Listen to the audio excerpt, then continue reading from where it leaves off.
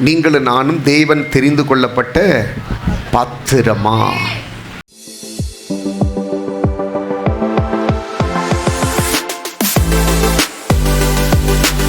அப்போஸ்தலரின் புஸ்தகம் 9வது அதிகாரத்தில் 15வது வசனம் சொல்லுகிறது, அதற்கு கர்த்தர், நீ போ, புறஜாதிகளுக்கும் ராஜாக்களுக்கும் இஸ்ரவேல் புத்திரருக்கும் என்னுடைய நாமத்தை அறிவிக்கிறதற்காக நான் தெரிந்து கொள்ளப்பட்ட பாத்திரமாய் இருக்கிறான். எத்தனை பேர் ஆமென் சொல்லுங்க? ஆண்டவர் தெரிந்து கொள்ளப்பட்ட ஒரு பாத்திரம் எப்படி இருக்குன்னாக்கா, ஆண்டவருக்கு கனி கொடுக்கக்கூடிய ஒரு பாத்திரமாக இருக்கும். இந்த இடத்துல கர்த்தர் சவுல் என்கிற ஒரு மனிதனை பார்த்து சொல்லுகிறார், இவன் நான் தெரிந்து கொள்ளப்பட்ட பாத்திரம். அந்த பாத்திரம் எப்படி இருக்குமா? அவருடைய நாமத்தை அறிவிக்கக்கூடிய பாத்திரம். ஒரு லேபிள் அடிச்சு ஒட்டிக்கிறதுக்காக கிடையாது. நான் கிறிஸ்தவன், நான் கிறிஸ்தவள், நான் கர்த்தருடைய ஊழியக்காரன், நான் கர்த்தருடைய ஊழியக்காரி, ஒரு லேபிள் அடித்து ஒட்டிக்கிறது கிடையாது. கர்த்தருடைய நாமத்தை அறிவிப்பதற்கு இன்னைக்கு ஒரு நல்ல ஸ்தானத்திற்கு கர்த்தர் என்னை கொண்டு வந்திருக்கிறார்னாக்கா, அந்த ஸ்தானத்திலிருந்து நீ கர்த்தரை எப்படி மகிமைப்படுத்துகிறாய், அந்த ஸ்தானத்திலிருந்து நீ கர்த்தருக்கு என்ன வேலை செய்கிற,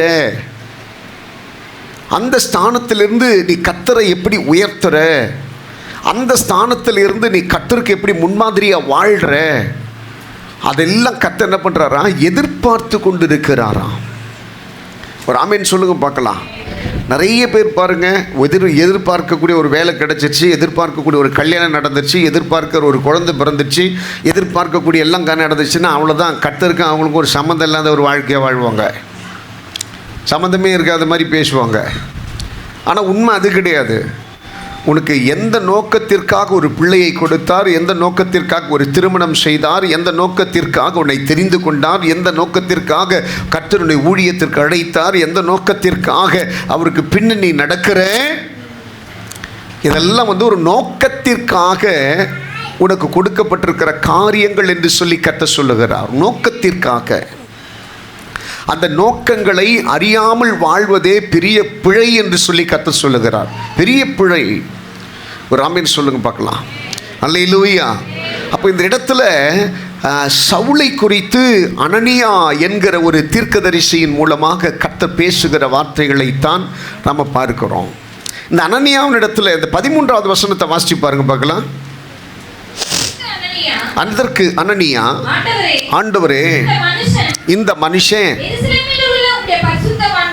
எருசலேமில் உள்ள உம்முடைய பரிசுத்தவான்களுக்கு எத்தனையோ பொல்லாங்குகளை செய்திருக்கிறான். இந்த இடத்துல அனனியா ஆண்டவருக்கு மறு உத்தரவு சொல்றான். என்ன சொல்றான்னாக்கா, ஆண்டவரே, நீங்க நினைக்கிற மாதிரி அவன் நல்லவன் கிடையாது. நீங்க நினைக்கிற மாதிரி அந்த சவுல் நல்லவன் கிடையாது. அவன் ரொம்ப மோசமானவன். அவன் நிறைய பரிசுத்தவான்களை கொலை செய்கிறவன். நிறைய ஊழியக்காரங்களுக்கு, விசுவாசிகளுக்கு விரோதமாக எழும்பி அவங்கள அடித்தவன், உதைச்சவன். யாருக்கு சொல்கிறான்? யாருக்கு சொல்கிறான்? ஆண்டவருக்கு சொல்கிறான். யார் சொல்கிறா? அனனியா சொல்கிறான். யாரை பார்த்து சொல்கிறான்? சவுலை பார்த்து சொல்கிறான். அல்லேலூயா, அல்லேலூயா. அனனியா சொல்கிறான். என்ன சொல்கிறான்? ஆண்டவரே, அவனை பற்றி எனக்கு தெரியும், அவன் பொல்லாதவன் சொல்லிட்டு, அவன் எனக்கு தெரியும்னு சொன்னால் பரவாயில்ல, அவனை குறித்து சொன்னதெல்லாம் நான் கேள்விப்பட்டிருக்கிறேன். ஃபஸ்ட்டு பக்கத்தில் கை பிடிச்சி சொல்லுங்க பார்க்கலாம். யாரோ ஒருத்தன் சொன்னதெல்லாம் கேட்டு தயவு செய்து பேசாதீங்க. பேசினா அது நமக்கே சாபமாக மாறிடும். அது தப்பு. சில பேர் ஜெபத்தில் கூட சில பேரை குற்றப்படுத்துவாங்க. ஆண்டவரே, ஒரு குறிப்பிட்ட ஒரு பெயரை சொல்லு, அவன் பாவி, அவன் துன்மார்க்கன், அவன் எனக்கு முன்னாடி பெரியவனாகக்கூடாது, அவன் எனக்கு முன்னாடி உயரக்கூடாது, அவன் எனக்கு முன்னாடி ஆசீர்வதிக்கப்படக்கூடாது. அது உன்னுடைய வேலை இல்லை. அது உன்னுடைய வேலை இல்லை. உனக்கு என்ன வேணுன்றது கடவுள்கிட்ட கேளு. மற்றவனை கை காட்டிக்க. உனக்கு என்ன தேவை?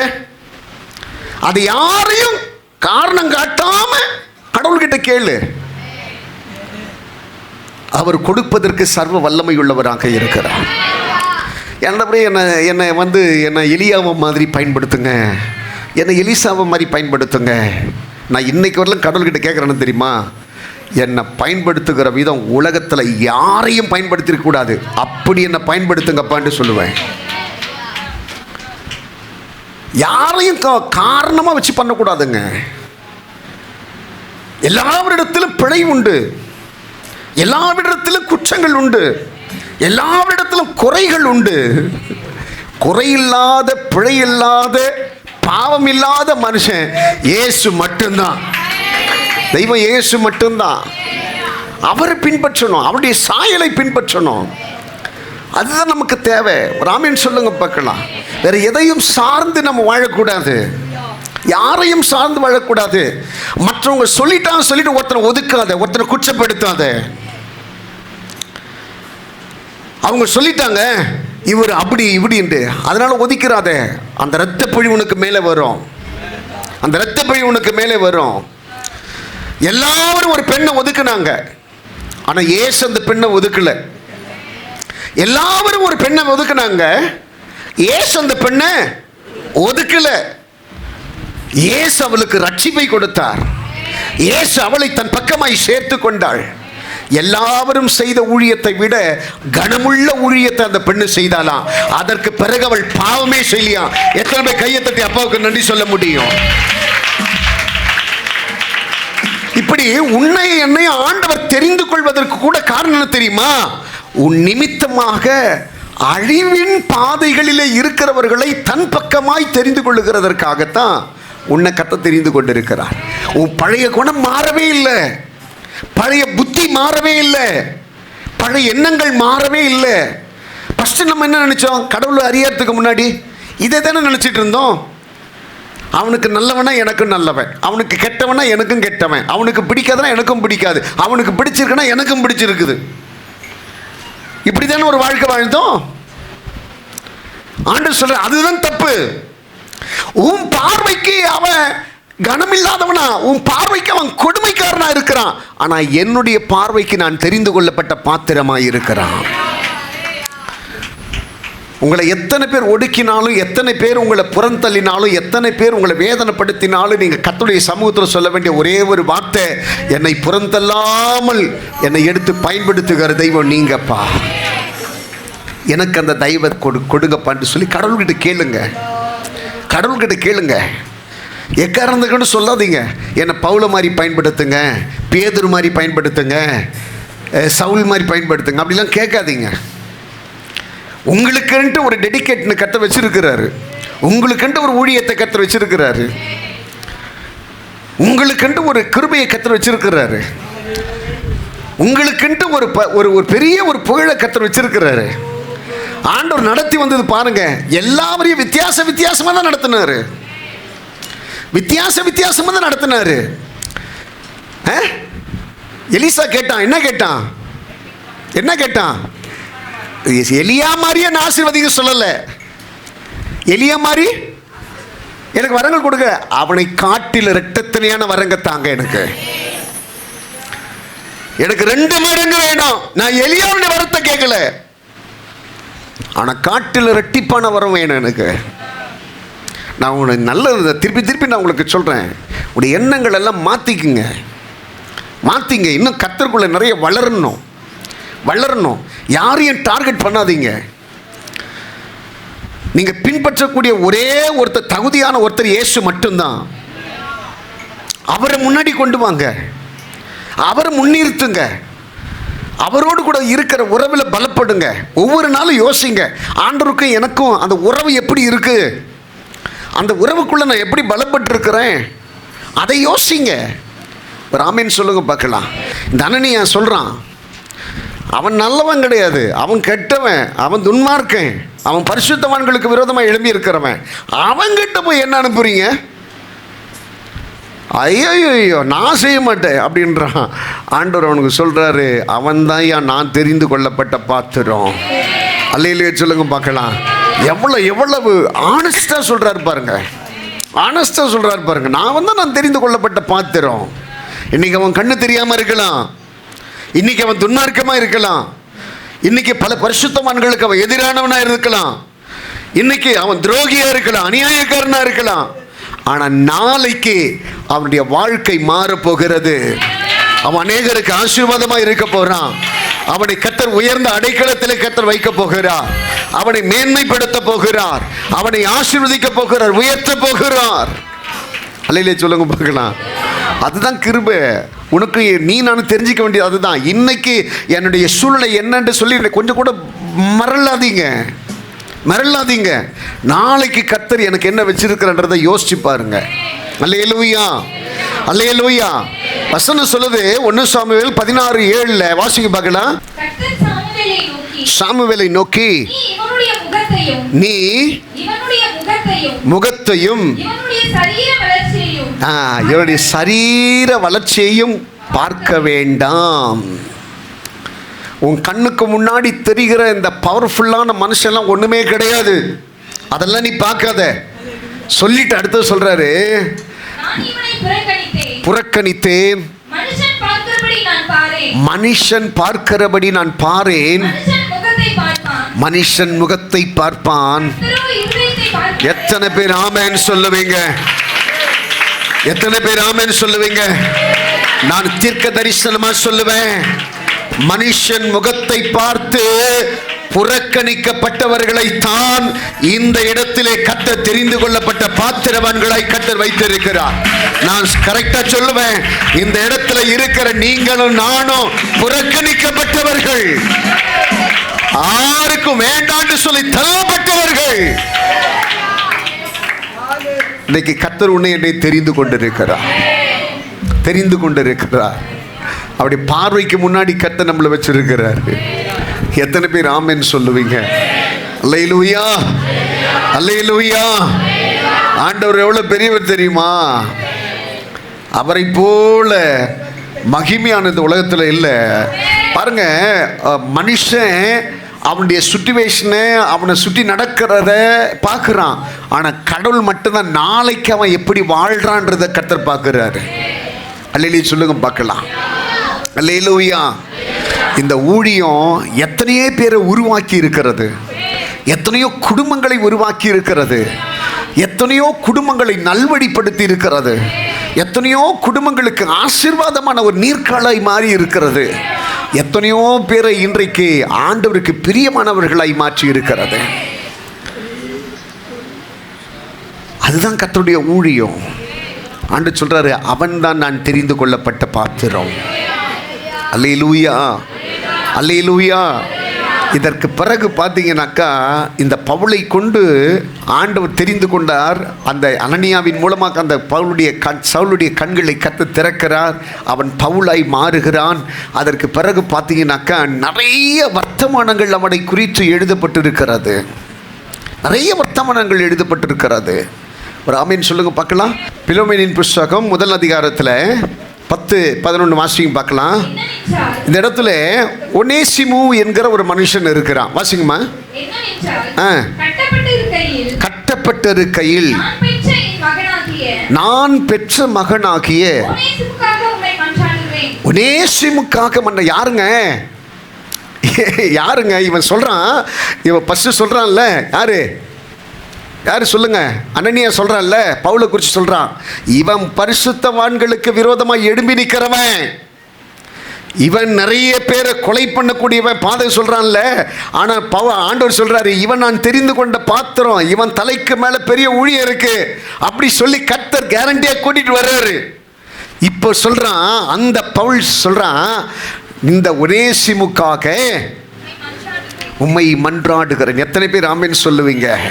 எத்தனை பேர் அவன் குற்றப்படுத்த நடந்தது? அதெல்லாம் பழைய வாழ்க்கை. எந்த பவுலை ஆண்டவர் தெரிந்து கொண்டாரோ அந்த பவுல் என்ன பண்றான்? இவனை போல ஒரு முரட்டாட்டம் பிடித்தவன் தான் இந்த ஒனேசிமு.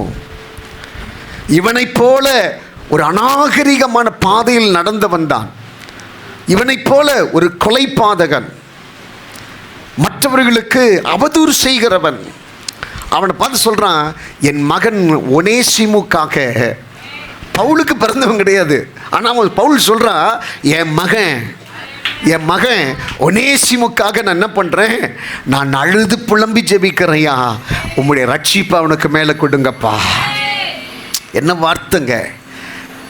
இந்த சவுல் ஆண்டவர் தெரிந்து கொள்ளப்பட்ட பாத்திரமாக நீங்கள் இருப்பீங்கன்னாக்கா ஒருத்தனையும் அற்பமாக நினைக்க மாட்டீங்க, ஒருத்தனுக்கு விரோதமாக வாய் திறந்து பேச மாட்டீங்க, ஒருத்தனையும் தூக்கி தள்ள மாட்டீங்க, எல்லாரையும் சேர்த்து அணைக்கணும்னு நினைப்பீங்க. அல்லையே சொல்லுங்க பார்க்கலாம். அவன் சொல்கிறான், இந்த ஒனேசிமுக்காக நான் அழுகுறப்பா. அப்போது அந்த ஆண்டவருக்கு இந்த சவுலுக்கு மேலே வைக்கப்பட்டிருக்க நம்பிக்கை, அந்த சவுலை தனக்குண்டான ஒரு பாத்திரமாய் கர்த்தர் தெரிந்து கொண்டதனுடைய நோக்கம். இன்றைக்கி நிறைய பேர் சொல்லுவாங்க, நிறைய பேர் பாடுவாங்கள்ல, பாட்டில் கூட சொல்லுவாங்க, ஆண்டவரே நல்ல ஒரு குயவனாய் என்னை நல்ல ஒரு பாத்திரமாய் வணைந்திடுங்கப்பான்ட்டு நிறைய பேர் சொல்லுவாங்க. ராமன் சொல்லுங்க பார்க்கலாம். நம்ம உச்சரிக்கிற வார்த்தைகள் கூட நல்ல ஒரு குயவனுடைய கரத்தில் நல்ல ஒரு பாத்திரமாக நான் வணையப்படணுன்னாக்கா அந்த பாத்திரம் முதலாவது என்ன பண்ணணும், மிதிக்கப்படணுமா. அதுக்கு என்ன அர்த்தம்? பாடுகளுக்கு உட்படுத்தப்படணும். எத்தனை பேர் பானையெல்லாம் பார்த்துருக்கீங்க? அந்த பானை எப்படி செய்வாங்க தெரியுமா? ஒரு ரவுண்டாக ஒரு குழி மாதிரி உண்டாக்கி அந்த குழியில் என்ன பண்ணுவாங்க, சேற்றை ஊற வைப்பாங்க. ஊற வச்சுட்டு 2 காலில் ஏறி மெரிப்பாங்க. மெரிச்சிட்டு அவங்களுக்கு தப்பாக தெரியக்கூடிய கல், முள், குச்சி, கொம்பு எல்லாத்தையும் அதுலேருந்து எடுத்து கிளியர் பண்ணிவிட்டு அதுக்கு பிறகு என்ன பண்ணுவாங்கன்னாக்கா அதை ஒரு பாத்திரமாய் வணைவார்கள். அதோட முடிஞ்சிடுமா? அதுக்கு பிறகு என்ன பண்ணுவாங்க, நெருப்பில் கொண்டு போயிட்டு சுடுவாங்க. சுட்ட பிறகு அதனுடைய கலர் எப்படி ஆகிடும், அப்படி சிகப்பாக மாறிடும். ராமே சொல்லுங்க பார்க்கலாம். அது போலதான் இன்னைக்கு நல்ல ஒரு தேவனுடைய பிள்ளையாய், தேவன் தெரிந்து கொள்ளப்பட்ட ஒரு பாத்திரமாய் நீ உருவாக்கப்பட வேண்டும். ஆனால் நீ பாடுகளுக்கு உட்படுத்தப்படணும். அதனால தான் தாவீது சொல்கிறாரு, நான் உபத்திரப்பட்டது நல்லது, நான் உபத்திரப்பட்டது நல்லது, உம்முடைய பிரமாணங்களை நான் கற்றுக்கொண்டேன். அதனால் நம்முடைய வாழ்க்கையில் பிரச்சனைகள் வருவது, பாடுகள் வருவது எல்லாம் நல்லது தான். சில நேரத்தில் அந்த பாடுகளும் பிரச்சனைகளும் நம்முடைய வாழ்க்கையில் வந்தால் தான் என் பிரயாணம் கரெக்டாக இருக்குன்னு தெரியும். நான் அப்படியே சுகபோகமாக ஒரு வாழ்க்கை வாழ்ந்துட்டு இருந்தேனாக்கா என் பாதை சரியாக இல்லைன்ட்டு அர்த்தம். அப்பப்போ நெருக்க வரணும், அப்பப்போ நம்ம அவரை நோக்கி பார்க்கணும், அப்பப்போ ஒத்தாசை நமக்கு மேலேருந்து வரணும், திருப்பியும் நெருக்க வரணும், நம்ம அவரை நோக்கி பார்க்கணும், ஒத்தாசை வரணும். இந்த 40 வருஷம் இஸ்ரவேல் ஜனங்களுக்கு கர்த்தர் கற்றுக் கொடுத்தது அதுதான். கேட்பாங்க, கொடுப்பாரு, திருப்பியும் பிரச்சனை வரும், கேட்பாங்க, கொடுப்பாரு, திருப்பியும் பிரச்சனை வரும், கேட்பாங்க, கொடுப்பாரு. இந்த 3 தான் ரொட்டேட்டாக ஆகிட்டே இருக்கும். ராமன் சொல்லுங்க பார்க்கலாம். எல்லாம் வாழ்க்கையில் இருந்ததுனாக்கா நீ கேட்கவே மாட்டே. அதுக்கு பிறகு கொடுக்கிறவருக்கு மேலே உனக்கு நோக்கமே இருக்காது. கொடுக்கிறவருக்கு மேலே நோக்கம் இருக்கணும்னாக்கா உன்னுடைய வாழ்க்கையில் அப்பப்போ பற்றாக்குறைகள் வரணும். அதனால தான் தாவீது சொல்றார், நான் உபத்திரப்பட்டது நல்லது. இப்போ எல்லாம் பக்கத்தில் கைப்பிடி சொல்லி பார்க்கலாம். என் வாழ்க்கையில் குறைவு வந்தது நல்லது, என் வாழ்க்கையில் பிரச்சனை வந்தது நல்லது, என் வாழ்க்கையில் அழிவு வந்தது நல்லது. உண்மையே இல்லையாங்க? பாருங்க, நீங்களும் நானும் சுகபோகமாக வாழ்ந்துருந்தேனாக்கா இன்னைக்கு இயேசு கிட்ட நம்ம வந்திருப்போமா? நீங்களாம் ஜாலியாக இருக்கிறப்போ இயேசு கிட்ட சும்மா பார்த்துட்டு போகலான்ட்டு வந்தீங்க? ஒருத்தர் சொல்லுங்க பார்க்கலாம். நான் நல்லா பயங்கர ஹாப்பியாக இருந்தேன், அது என்ன தெரியல, திடீர்னு அவர்கிட்ட அவர் விசிட் பண்ணலான்ட்டு வந்தேன், அவரை பார்த்துட்டு போகலான்ட்டு வந்தேன், அவர் எப்படி இருக்கான்ட்டு சொல்லி விசாரிச்சுட்டு போகலான்ட்டு வந்தேன். அப்படி வந்தவங்க யாராவது இருக்கீங்களா? ஒரு நயா பைசா ஒரு ஆள் கூட தேராது. இங்கே இருக்கிற எல்லாருக்கும் ஒரு கதை இருக்குது. எனக்கும் ஒரு கதை இருக்குது. அதான் சொல்கிறேன், நான் நினைக்கிற மாதிரி ஒரு வாழ்க்கை வாழ்ந்துருந்தேனாக்கா நீங்கள் இங்கேயும் உங்களுக்கு நான் சொல்லி நான் கொடுத்துருக்க மாட்டேன். அது எங்கெங்கே போயிருக்கோம். அல்லையிலே சொல்லுங்க பார்க்கலாம். நாசமாக போயிருக்கோம். அல்லையிலே சொல்லுங்க பார்க்கலாம். அல்லேலூயா, அல்லேலூயா. எல்லாருடைய வாழ்க்கையில் பிரச்சனை வந்தது. அந்த பிரச்சனை வந்ததுனால தான் அந்த வெற்றியின் நாயகனை உன்னால் என்னால் நோக்கி பார்க்க முடிஞ்சது. அந்த விடுதலையின் நாயகனை நோக்கி பார்க்க முடிஞ்சது. இன்னொரு காரியத்தை கூட சொல்றேன். பிரச்சனை வரும்போது தான் உன் நம்பிக்கை என்னன்னு தெரியும். உனக்கு முன்னாடி இருக்கிற மனுஷன் என்னன்னு தெரியும். நீ வணங்கின கடவுள் என்னன்னு தெரியும். நீ போயிட்டு இருக்கிற பாதை என்னன்னு தெரியும். அப்பதான் நிறைய காரியத்தை கர்த்தர் உனக்கு புரிய வைப்பாரு. உண்மையா இல்லையாங்க? உண்மையா இல்லையா? இப்ப கைப்பிடிச்சு சொல்லுங்க பார்க்கலாம். என் வாழ்க்கையில சோதனை வந்தது நல்லது. என் வாழ்க்கையில குறைவுகள் வந்தது நல்லது. சத்தமா சொல்லுங்களேன்.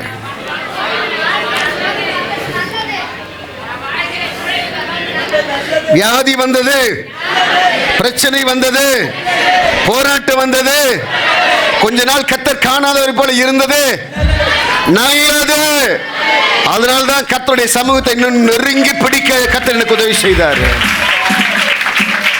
அல்லேலூயா.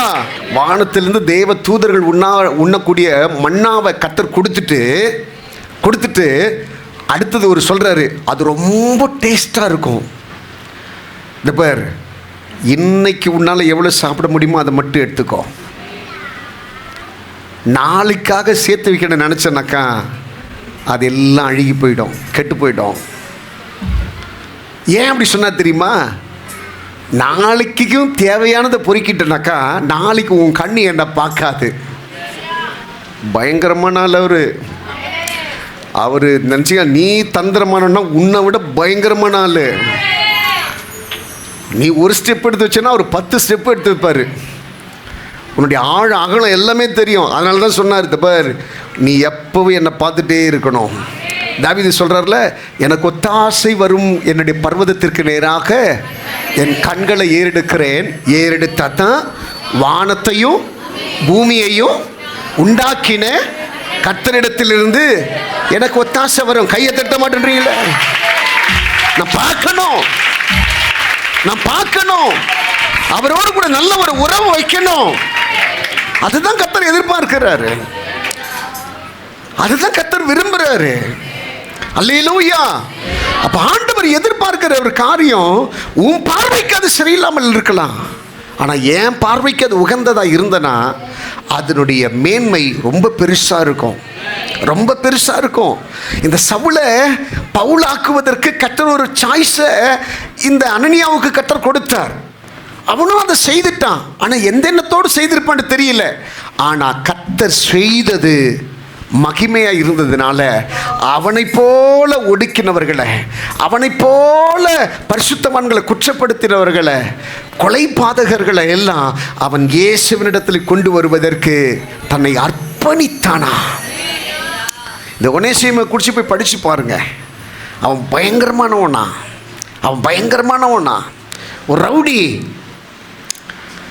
ஒரு திருடன். அப்படிப்பட்ட மனுஷனுக்கு இந்த பவுல் கண்ணீர் வடிச்சானா? இந்த பவுல் தேவன் தெரிந்து கொள்ளப்பட்ட பாத்திரம். நீ நானும் ஆண்டவர் தெரிந்து கொள்ளப்பட்ட ஒரு பாத்திரமா இருந்தனாக்கா நீ யாரையும் புறந்தள்ள மாட்ட, எல்லாருக்காக கண்ணீர் வடிப்ப. ஒரு ஆமீன் சொல்லுங்க பார்க்கலாம். கடைசியில் இந்த ஒனேசிம் எப்படி மாறினா தெரியுமா? கர்த்தருக்கான ஒரு வைராக்கியம் உள்ள ஒரு ஊழியக்காரனா மாறினா. அல்லேலூயா. எடுத்து வாசிச்சு பாருங்க பார்க்கலாம். 1 சாமுவேலின் புஸ்தகம் 16 அதிகாரத்தில் 13வது வசனத்தை வாசிச்சு பாருங்க பார்க்கலாம். அப்பொழுது சாமுவேல் தைல குப்பியை எடுத்து அவனை அவன் சகோதரர்கள் நடுவிலே அபிஷேகம் பண்ணினான்.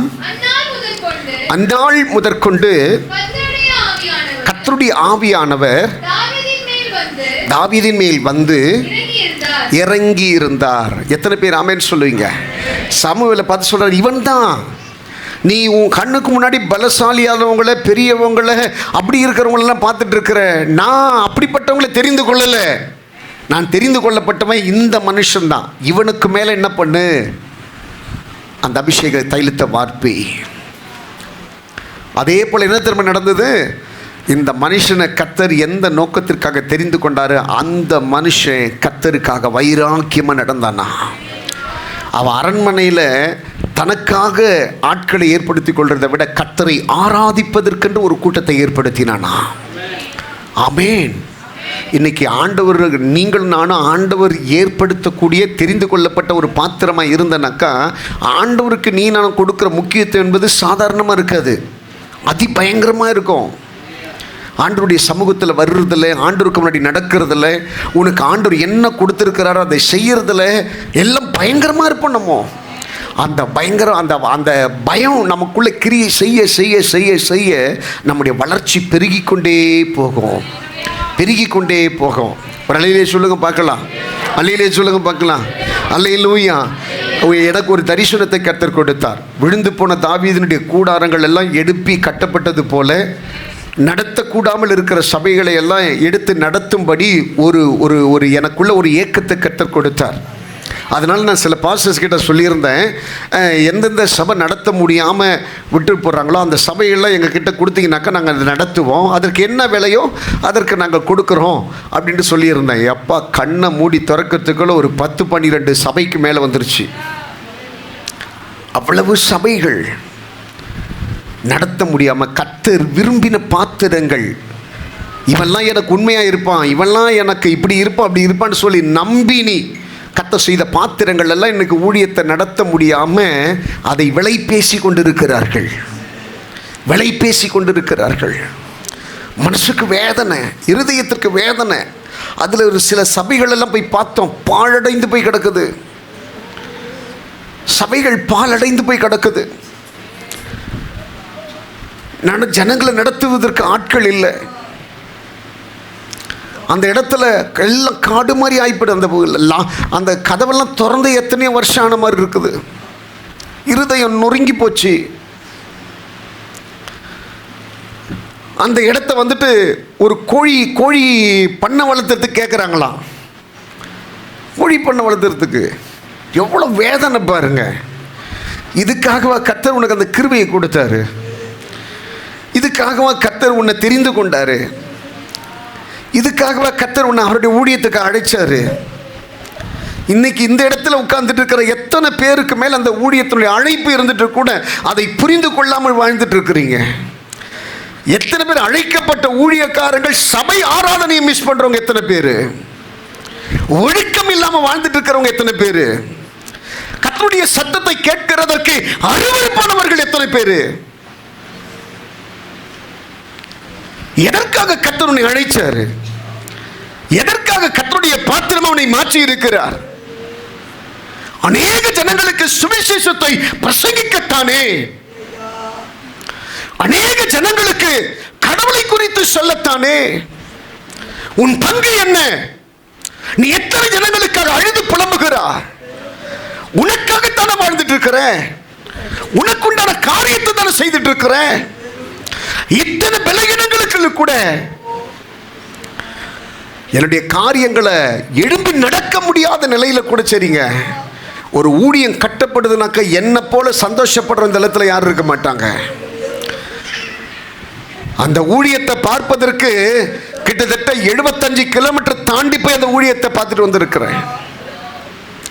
எப்படியாக அந்த ஊழியம் கிடைச்சதுன்னா நல்லா இருக்குமேன்னு சொல்லிட்டு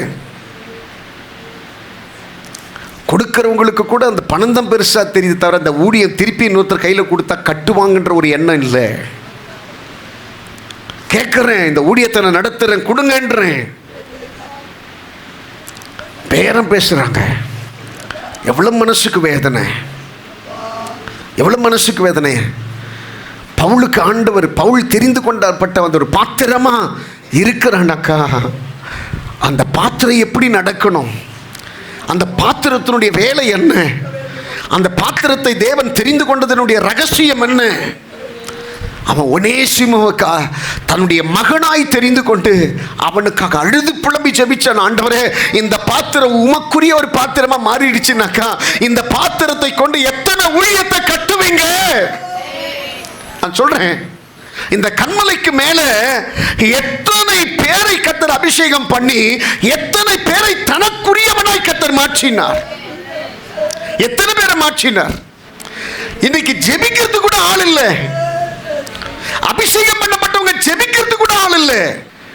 எவ்வளவு வேதனை. உனக்கு கர்த்தர் தீமை செய்தாரா? கர்த்தர் உன்னை பாதுகாக்கலையா?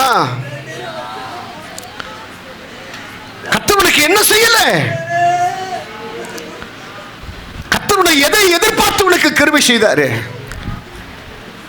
மனசுல வேதனை. யாராவது ஒருத்தர் ஜெபிக்க மாட்டாங்களா?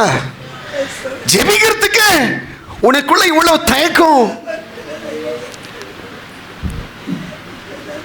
இவ்வளவு சோர்வு. அடுத்தது உனக்கு மேல என்ன திட்டத்தை கர்த்தர் கொண்டு வர முடியும்? என்ன திட்டத்தை கொண்டு வர முடியும்? நீ தெரிந்து கொள்ளப்பட்ட நோக்கம் என்ன? ஒருவேளை பவுல் கேள்விப்பட்டிருக்கலாம், அனனியா கிட்ட கடவுள் பேசுகிற போது அனனியா என்ன குறிச்சு இப்படி எல்லாம் பேசினான்னு கேள்விப்பட்டிருக்கலாம். ஆனா அந்த காயத்தையும் வைராக்கியத்தையும் வைக்கல. அவன் வாழ்ந்து காட்டினான். அவன் வாழ்ந்து காட்டினான். என்னை இப்படிலாம் பேசினாங்க, என்னை இப்படிலாம் ஒடுக்கினாங்க, ஆனா அந்த தெய்வத்திற்காக நான் இவ்வளவு வைராக்கியமா நான் வாழுவேன். அவன் அத்தனை நிருபங்களை எழுதினான். அத்தனை சபைகள் கட்டப்படுவதற்கு அவன் காரணமானான். அவ்வளவு பெரிய ஆவியானவருடைய அபிஷேகம் அவனுக்கு மேலே இருந்தது. எப்படி நம்ம மாற போறோன்றது தெரியல. எனக்கு ஆசையா இருக்கு. உங்ககிட்ட ஒரு மாற்றம் வராதா? உங்ககிட்ட ஒரு மாறுதல் வராதா? ஒரு ஜெப ஆவி உனக்குள்ள ஊற்றப்படாதா? ஒரு வைராக்கியத்தின் ஆவி உனக்குள்ள ஊற்றப்படாதா? ஒரு அன்பின் ஆவி உனக்குள்ள ஊற்றப்படாதா? உனக்குள்ள ஒரு ஊழியத்தின் ஆவி ஊற்றப்படாதா? ஒரு நாளாவது ஐயா, நான் ஊழியத்திற்காக நான் விரும்புற ஊழியம் செய்ய விரும்புறேன், நீ என் காதுகள் கேட்க வந்து சொல்ல மாட்டியான்னு சொல்லி நான் கதறி இருக்கிறேன். உனக்காக நான் பிரயாசப்பட்டு பட்டு நான் சோர்வடைஞ்சிட்டேன். உனக்குள்ள வைராக்கியம் எழுப்பி வருது போல தெரியல. மனவேதனையோடு கூட சொல்றேன், நான் மனவேதனையோடு கூட சொல்றேன், தேவன் தெரிந்து கொள்ளப்பட்ட பாத்திரமா எல்லா நிலைகளிலும் கர்த்தருக்கு உண்மையாயிருங்கள். அதுதான் உங்களுக்கு ஆசீர்வாதமாக இருக்கும். அதுதான் உங்களுக்கு நன்மையாக இருக்கும். ஏதோ சாதாரண ஒரு விசுவாசி மாதிரி வாழாதீங்க.